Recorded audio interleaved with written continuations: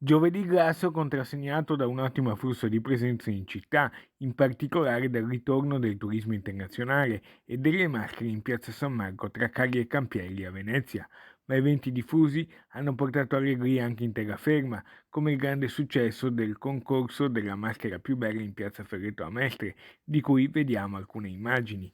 Venezia, nel clou del carnevale, si prepara ad accogliere in allegria e sicurezza l'attesa di 100.000 presenze nel weekend.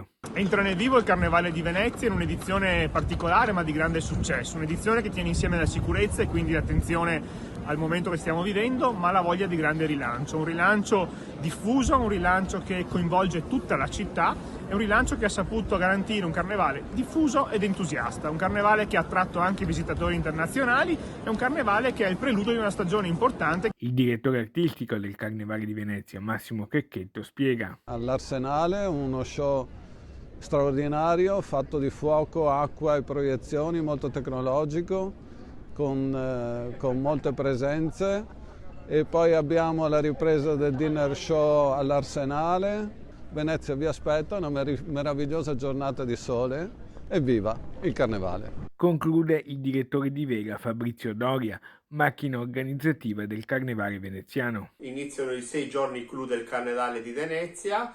E da oggi ripartono i teatrini in tutto il territorio comunale, quindi tutti i teatrini nel centro storico. La risposta dei turisti e dei ospiti della città, nonché dei cittadini, è stata buona perché hanno molto apprezzato questo carnevale diffuso e questo ci porta a ragionare anche per le prossime edizioni.